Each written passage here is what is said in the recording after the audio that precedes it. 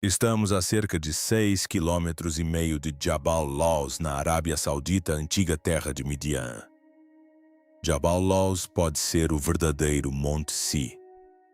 Uma evidência circunstancial que corrobora essa hipótese é este cemitério atualmente em escavação por arqueólogos japoneses, que pode ser o local onde cerca de 3.000 israelitas foram sepultados após adorarem o bezerro de ouro. Eles foram mortos ali. Disseram-nos para não olhar. Mas durante décadas, uma montanha na Arábia Saudita permaneceu isolada por guardas armados, arame farpado e silêncio, descartada como zona militar e apagada da curiosidade científica. A verdadeira localização do Monte Si não é no Egito, mas na Arábia Saudita. Então, o que estavam protegendo em 2025, esse silêncio finalmente foi quebrado quando um único drone foi autorizado a sobrevoá-la, equipado com tecnologia capaz de enxergar através da rocha sólida. O que ele detectou sob a superfície deixou os pesquisadores perplexos. Câmaras perfeitamente retangulares, grades geométricas, salas subterrâneas dispostas com uma precisão que nenhum processo natural poderia criar. Seria isso uma coincidência? Ainda mais perturbadora é a localização. Ela coincide com descrições antigas da montanha onde Moisés compareceu perante Deus, onde os 10 mandamentos foram dados, o berço da própria civilização ocidental. Durante séculos acreditou-se que o Monte Si, o lugar onde Deus deu os 10 mandamentos a Moisés. Se esses dados forem reais, isso não é apenas arqueologia. É uma prova potencial de que o êxodo realmente aconteceu. E esta é a história que eles nunca quiseram que você ouvisse: a montanha errada. Deixe-me contar-lhe sobre o maior equívoco da história religiosa. Por mais de 1.500 anos, milhões de peregrinos viajaram até uma montanha no Egito chamada Jebel Musa. Há um famoso mosteiro em sua base, o de Santa Catarina, construído no século VI pelo imperador bizantino Justiniano. Turistas sobem esses degraus antigos todos os dias, acreditando que estão caminhando onde Moisés caminhou. As igrejas ensinam isso. Os livros didáticos confirmam.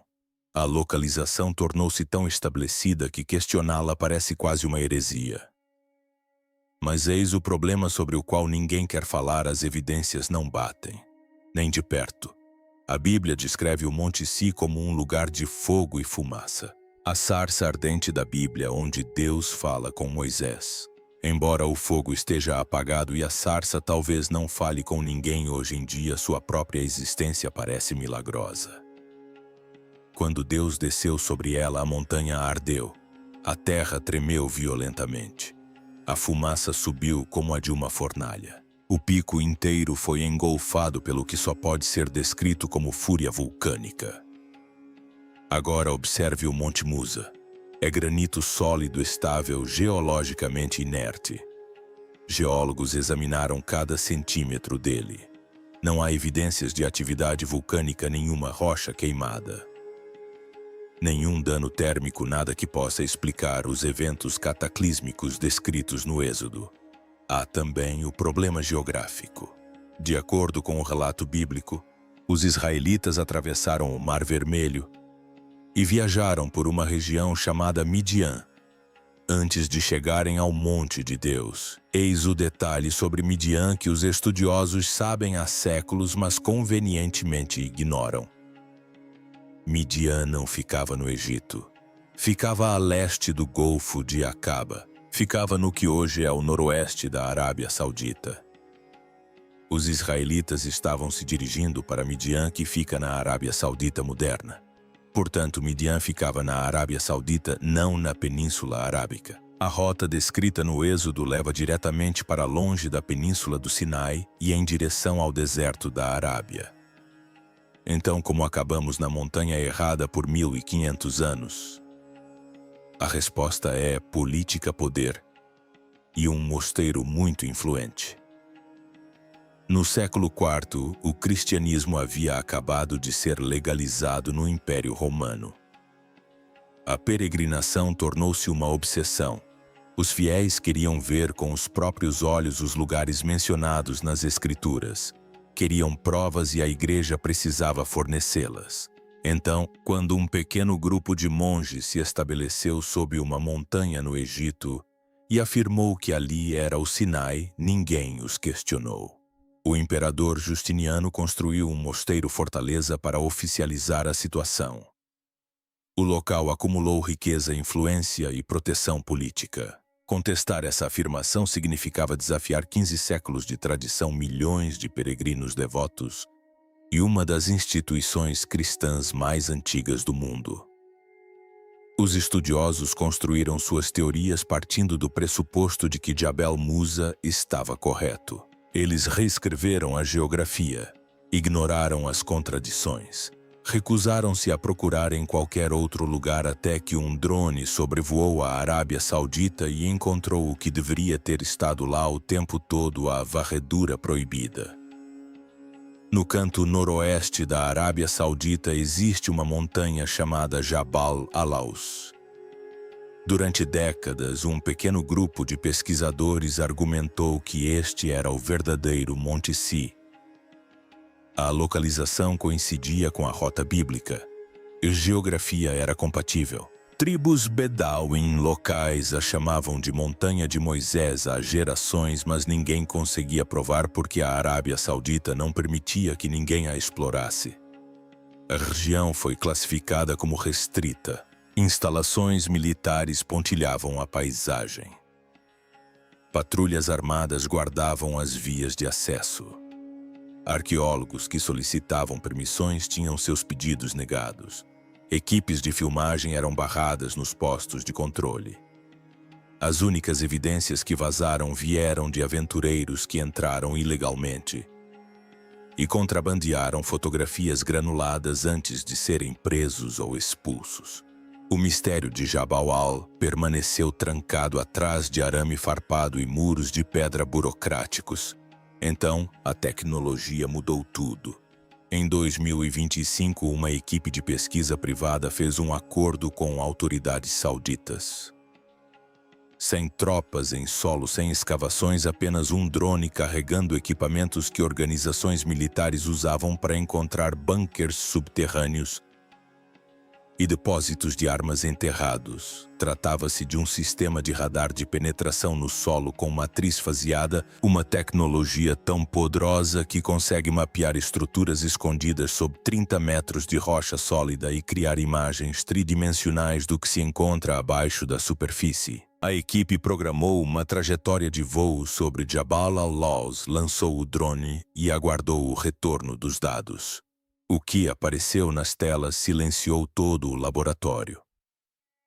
O radar detectou estruturas, não cavernas naturais nem fissuras geológicas, mas estruturas artificiais. Câmaras retangulares dispostas em padrões quadriculados sob a superfície. Paredes que se encontravam em ângulos perfeitos de 90 graus. Corredores conectando salas em layouts que pareciam planejados, deliberados, arquitetônicos. Não se encontram ângulos retos na natureza. A erosão cria curvas.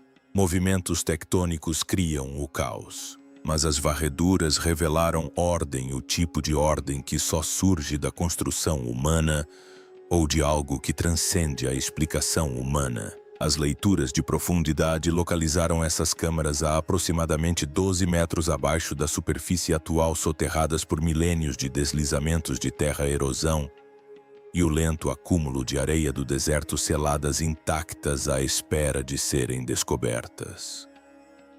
Mas o verdadeiro choque foi a escala. Não se tratava de um pequeno abrigo ou de um único cômodo. O radar detectou uma rede de câmaras que se estendia por mais de 90 metros. Se esse complexo fosse disposto na superfície, teria o tamanho de um campo de futebol, grande o suficiente para abrigar milhares de pessoas. Grande o suficiente para corresponder à descrição bíblica de 600 mil homens, mulheres e crianças reunidos na base do Monte de Deus. A equipe realizou as varreduras 3 vezes. Verificaram se havia interferência. Recalibraram cada sensor. Os dados confirmaram algo imenso está enterrado sob aquela montanha. E está lá desde a época de Moisés. As provas estavam esculpidas em pedra. As câmaras subterrâneas eram apenas isso, começando. Assim que os dados do radar foram divulgados, os pesquisadores começaram a examinar relatos antigos de pessoas que conseguiram visitar Jabal al-Lawz antes das restrições. O que eles documentaram coincide com o relato bíblico com uma precisão perturbadora. Comecem pelo cume. A rocha no pico de Jabal al-Lawz é preta. Sim, estamos novamente no Monte Si, aqui no cume. E aqui está uma rocha enegrecida. Não está enegrecida pela erosão nem manchada por líquen ou depósitos minerais. Está preta como se a própria pedra tivesse sido submetida a calor intenso. Todas as outras montanhas da cordilheira circundante são de granito de cor clara bege e cinza rocha típica do deserto. Mas este pico parece ter sido mergulhado numa fornalha.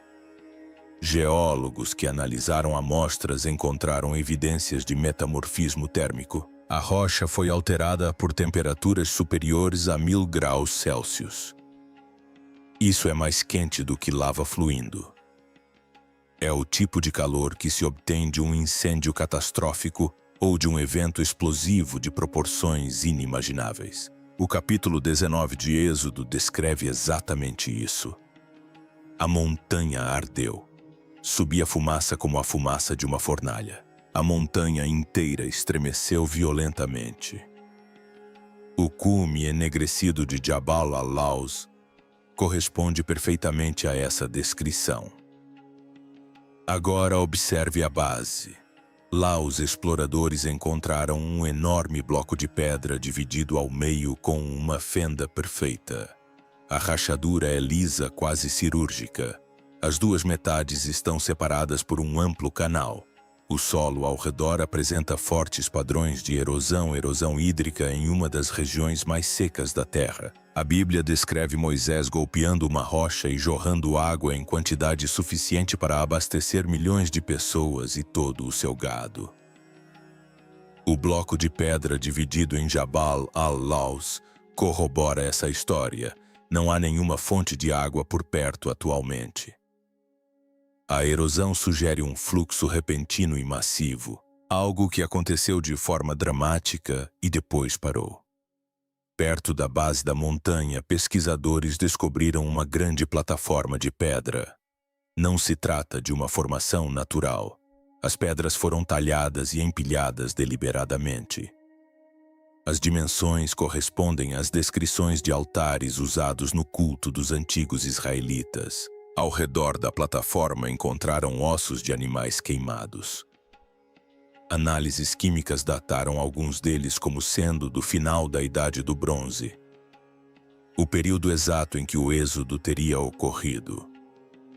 Êxodo 24 descreve Moisés construindo um altar na base da montanha e oferecendo sacrifícios. A plataforma de pedra em Jabal al está localizada no lugar certo, na época certa, com evidências da atividade exata que se espera. Mas talvez a descoberta mais controversa tenha sido a dos petróglifos, esculpidas nas rochas próximas ao sítio arqueológico. Encontram-se imagens de gado-touros com chifres curvos. Em diversas gravuras, as imagens mostram pessoas curvando-se diante desses animais. Isso coincide com a história do bezerro de ouro.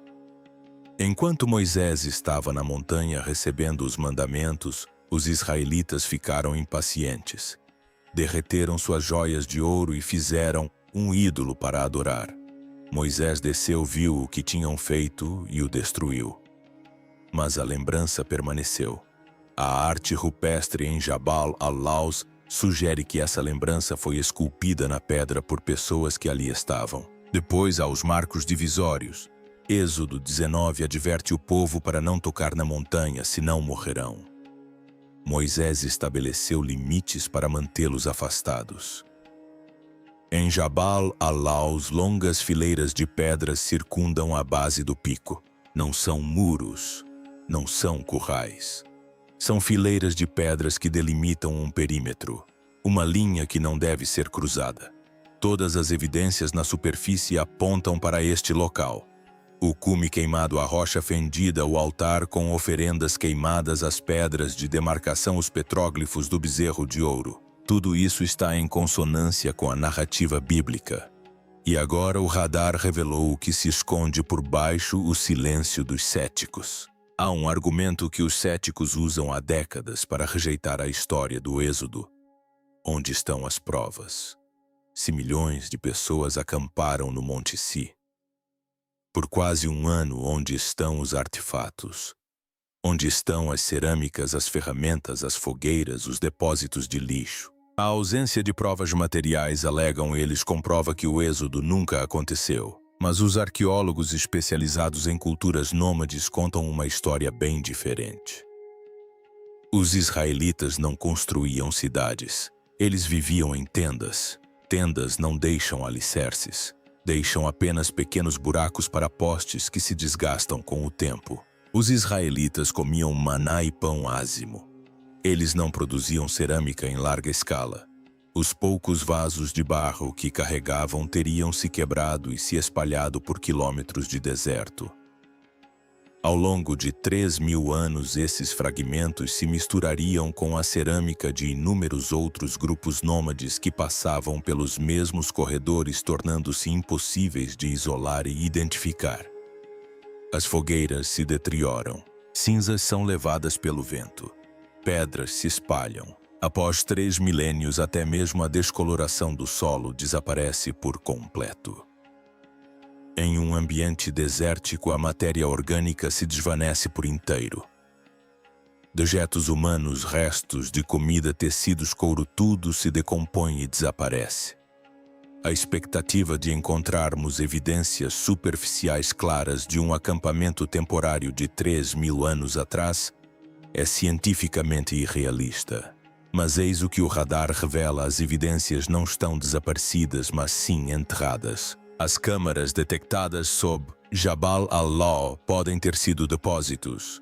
Podem ter sido abrigos posteriormente cobertos por deslizamentos de terra e enchentes repentinas.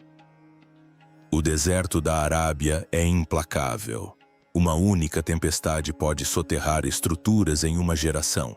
Se os israelitas construíram algo permanente na base daquela montanha, se escavaram depósitos na rocha ou reforçaram cavernas naturais, esses espaços já estariam subterrâneos, ocultos, selados, preservados pelo ar seco do deserto. O radar mostra câmaras retangulares dispostas em forma de grade. Isso não é geologia. Isso é arquitetura.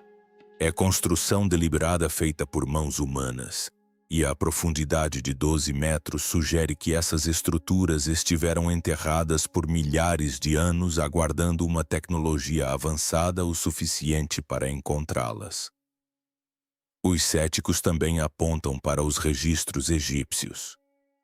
Se o êxodo aconteceu, por que o Egito nunca o registrou? Esse argumento parece convincente até entendermos como funcionava a documentação egípcia.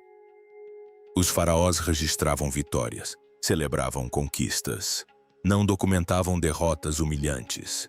Se um faraó perdesse sua força de trabalho, visse seu país destruído por pragas, e seu exército afundar no mar, jamais imortalizaria esse fracasso em pedra. Temos evidências diretas de que os governantes egípcios apagavam a história constrangedora. Quando os governantes ricos foram expulsos, seus nomes foram fisicamente riscados dos monumentos. Quando Akenaton tentou reformar a religião egípcia, faraós posteriores destruíram suas estátuas e removeram seu nome das paredes dos templos. Se o Egito estava disposto a apagar seus próprios reis, certamente apagaria uma história sobre um deus estrangeiro que os derrotou. O silêncio nos registros egípcios não é uma evidência contra o êxodo.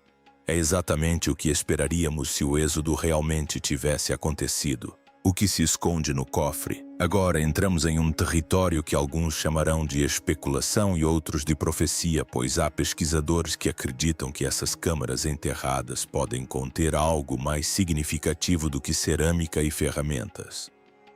Eles acreditam que a Arca da Aliança pode estar selada sob aquela montanha. Acompanhe a lógica. A arca foi construída no Monte Si. Êxodo 25 descreve a construção em detalhes precisos, um baú de madeira de acácia revestido com ouro puro. Dentro dele, as tábuas de pedra com os 10 mandamentos. A arca viajou com os israelitas durante séculos. Foi guardada no tabernáculo, depois colocada no Templo de Salomão em Jerusalém e por fim desapareceu. Quando os babilônios destruíram o templo em 586 a.C., a arca já havia desaparecido. Não há registro de sua captura nem menção de sua destruição. Ela simplesmente sumiu da história. Por 2000 anos as pessoas a procuraram. Existem teorias que o situam na Etiópia, escondido em uma igreja. No Egito, enterrado em um túmulo secreto. Em Israel, selado sob o monte do templo. Mas e se ele nunca tivesse saído do lugar onde foi criado? Considere o seguinte cenário: o reino de Israel estava em colapso. O templo estava ameaçado. Os sacerdotes precisavam proteger o objeto mais sagrado de sua religião, a representação física da presença de Deus entre seu povo. Para onde o levariam? Não para o Egito. O Egito era o antigo inimigo. Não para uma cidade que cairia nas mãos dos invasores. Levariam-no para o único lugar que nenhum inimigo ousaria profanar: o Monte Si. O Monte Si era terra sagrada. Era remoto. Era protegido por centenas de quilômetros de mata fechada. Se os sacerdotes selassem a arca em uma câmara secreta sob aquela montanha, ela estaria segura. Permaneceria escondida até o momento certo. O radar detectou câmaras retangulares seladas escavadas na rocha. Se essas câmaras foram projetadas para proteger algo valioso, a arca não é impossível, uma possibilidade remota. Uma possibilidade controversa, mas uma possibilidade que não pode ser descartada. Mesmo sem a arca, as implicações são impressionantes. Alguém investiu enorme tempo, trabalho e recursos para construir câmaras subterrâneas na base de uma montanha escaldante no meio do deserto da Arábia. A única explicação que se encaixa em todas as evidências é aquela escrita no Êxodo há milhares de anos. Esta é a montanha onde Moisés recebeu a lei. É aqui que o fogo desceu do céu. É aqui que a aliança entre Deus e a humanidade foi selada. A memória sagrada. Há algo que a maioria das pessoas ignora completamente e que muda tudo sobre como entendemos essa descoberta. A Bíblia sugere que o Monte Si já era sagrado antes mesmo de Moisés pisar nele. Pense nisso por um momento.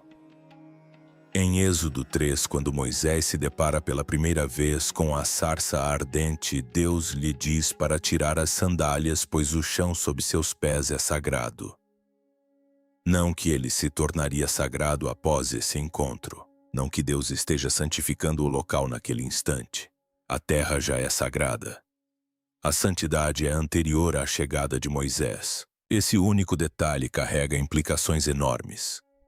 Moisés não se deparou com um pico desconhecido e aleatório no deserto. Ele foi atraído para um lugar que já possuía significado espiritual, uma montanha que já era reconhecida como solo sagrado.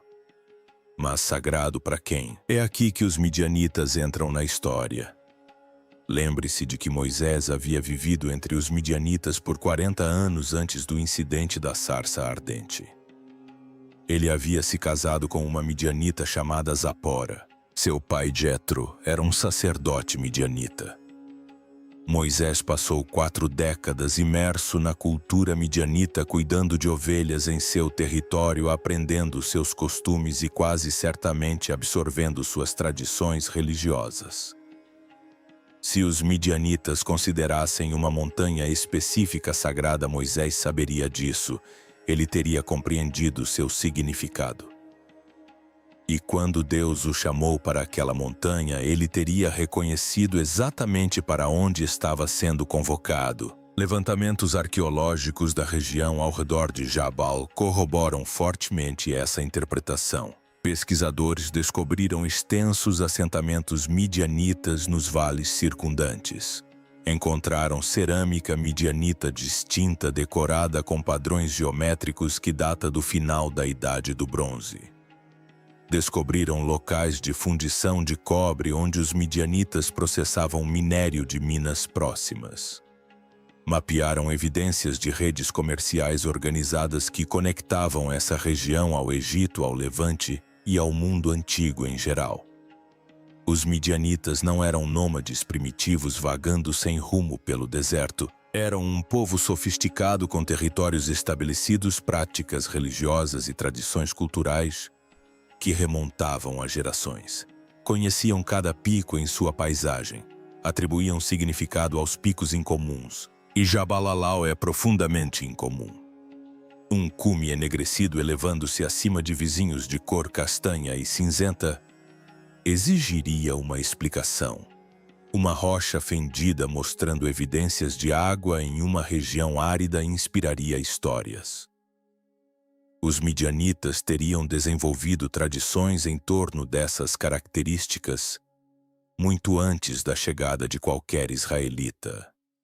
A montanha carregava uma memória sagrada para Moisés, e essa memória criou um fio condutor que liga o passado ao presente. Essa continuidade da memória sagrada é crucial para entendermos por que a localização real foi preservada enquanto a falsa foi inventada. O povo que vive perto de Jabal jamais esqueceu todas as leis da Arábia. Geração após geração, pais contavam aos filhos mães, contavam às filhas anciãos, contavam às crianças o monte de Moisés. O lugar de onde desceu o fogo, a terra onde Deus falou. Para eles isso não era teologia abstrata, era geografia local. Fazia parte da paisagem que viviam. Passavam por ali, apontavam para aquilo. Mantinham a memória viva através de milhares de anos de tradição oral ininterrupta. Enquanto isso, a 2.400 quilômetros de distância no Egito, monges bizantinos faziam suposições. Não tinham nenhuma ligação com a tradição original. Eles não tinham acesso à memória viva. Eles tinham textos, lendas e motivações políticas, mas não tinham o fio condutor que os ligava aos eventos reais. Quando apontavam para Jabal Musa e o declaravam Monte Si, estavam construindo uma tradição do zero. Estavam inventando um local sagrado porque precisavam que um existisse, não porque soubessem onde ficava o verdadeiro. Os monges eram forasteiros impondo significado a uma paisagem que não compreendiam. As tribos Bedouin, perto de Jabal Alau, eram membros da tribo, preservando um significado transmitido por 100 gerações. Durante séculos, os acadêmicos ocidentais rejeitaram essas tradições Bedouin, chamaram-nas de folclore, chamaram-nas de superstição. Chamaram isso de ilusão de habitantes do deserto sem instrução, que não poderiam saber mais do que acadêmicos com diplomas universitários. A arrogância era de tirar o fôlego.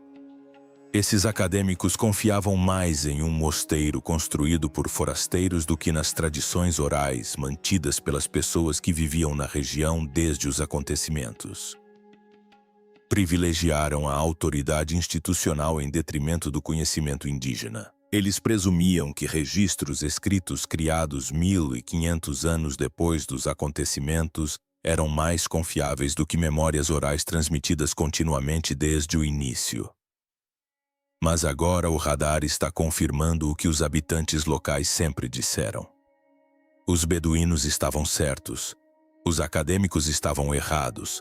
A montanha é real. As câmaras são reais.